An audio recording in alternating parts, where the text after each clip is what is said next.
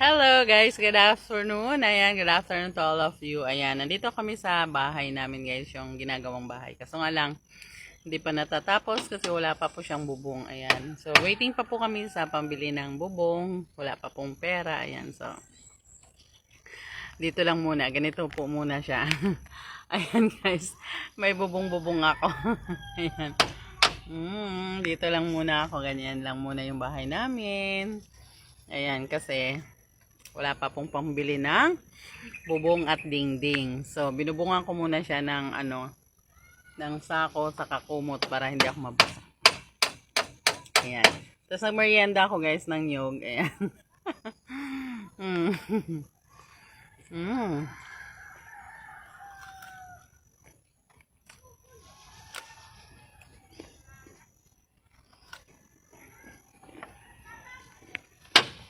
Wala kasi yung aakyat ng guys, ng buko. So may mga laglag, yun. Gusto ko uminom ng tubig ng buko, kaya ininom ko yung tubig, tapos yan, minarienda ko yung coconut.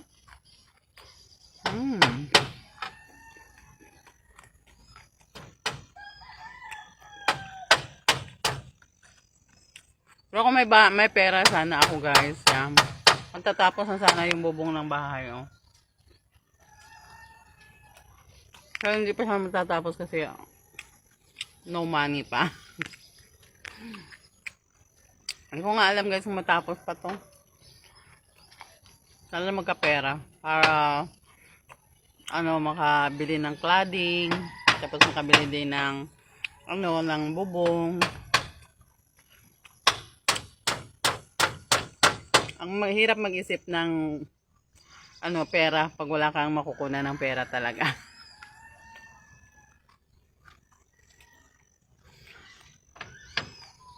Kaso Whitey, wala pa rin sahod.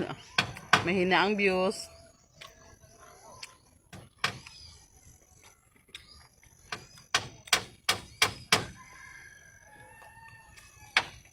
Sa FB,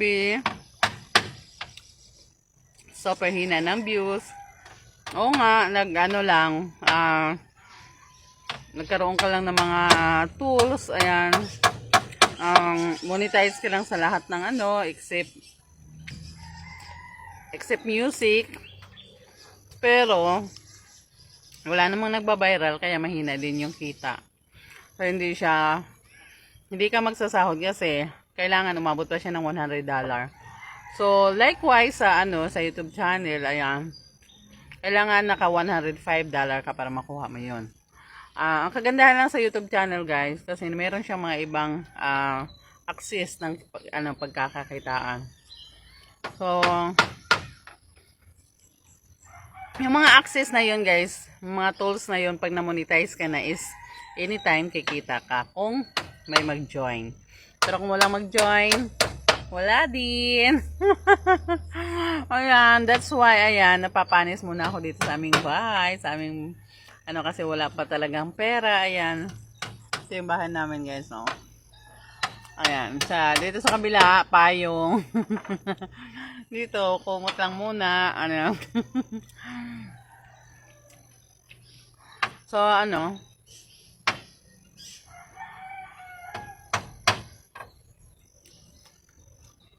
sarap ng nyog.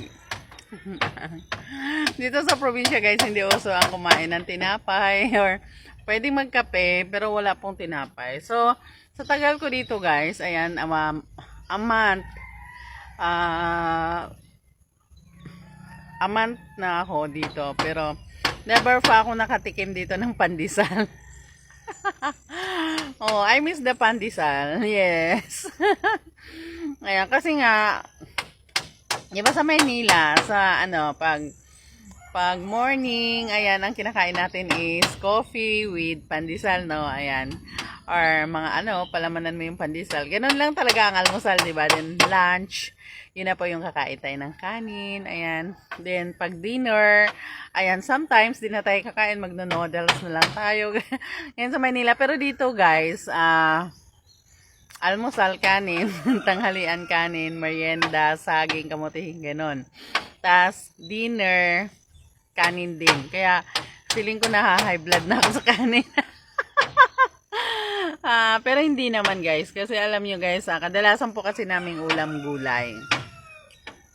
Ay napakalaking tulong talaga sa atin guys yung kumakain tayo ng gulay. Kasi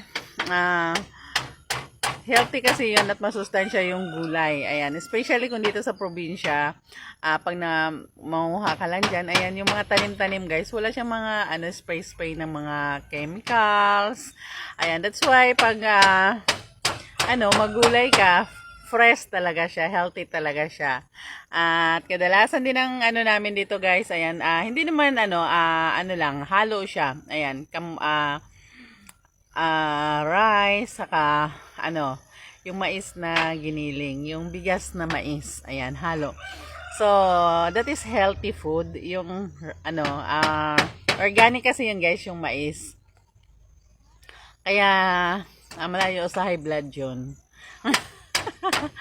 Ayan, so guys, kumbaga, ayan, enjoy mo lang yung buhay mo dito sa probinsya, ayan, para hindi pa ma-stress, ayan.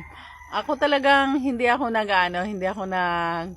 nangingimi na umakyat ng bundok, ayan, kahit na ang hirap-hirap, ayan, sabihin ng kapatid ko, manguha kami ng gulay, ayan, manguha kami ng suso, okay lang yun, hindi walang problema sa akin yun, kasi nga, gusto ko,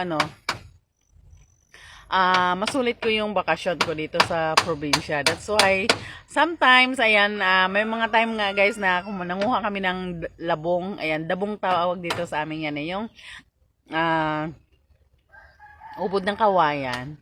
Ayan, then after nun, ayan, naligo na kami sa ilog. Kasi nga guys, malapit lang dito ang ilog sa amin, nasa tabi lang kami ng ilog yung bahay namin. Pero yung diretso sa unahan, mas maganda talaga yung mga ilog sa unahan. Kaya pag may time kami, ayan, doon kami nangunguha ng gulay. Ayan, kasi nga, mas okay doon. Kasi nga, maganda din yung ilog doon. Kaya nung time na nanguha kami ng labong, ayun. Habang nagsuswimming kami doon, ayan, yung asawa ng kapatid ko, ayan, nanguha sila ng isda, ayan. Then, nagkita-kita na lang kami doon, ayun. Doon, nagluto kami ng saging, ayan. Yung saging guys, inihaw lang namin yung saging. Yun, inihaw namin yung saging, tapos yung isda, nag-ihaw din kami. Inulam namin sa saging. Then, nagluto din sila ng balinghoy. So, ayan yung almusal namin. Then after that guys, ayan, nagluto na rin kami ng lunch. Ayan, habang naliligo kami guys, yung mga lalaki nagluluto sila ng lunch. Sa lunch naman namin, ayan, nagsabaw kami ng isda. Tapos nagsaing kami ng konting kanin kasi marami pa kaming balinghoy. Ayan, yun po yung namin, pagkain.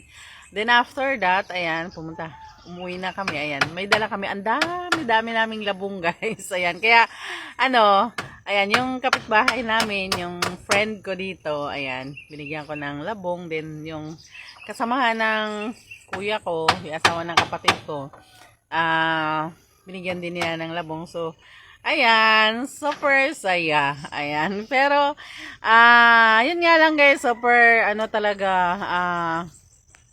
kulang dito sa pera. Ayan, kaya nga nagpagawa kami ng bahay. Ayan, eto, natingga siya kasi walang pangbili ng bubong, ayan, walang pangbili ng dingding, ayan. So, yung mga kahoy nito guys, yung ginagamit namin dito is hindi po binibili. So, kinuha lang sa bukid, ayan. Pero, dahil nga, hindi nga kami marunong manguha sa bukid, ayan. So, binili namin ng 50 pesos per one. Kaya, ayan, habang ginagawa to, ayan, naghanap din kami ng ng pera na pang bubong at pang dingding kasi nga para makapagtrabaho na ako. Ayan, super napakahirap din talaga pag wala kang dalang pera, no.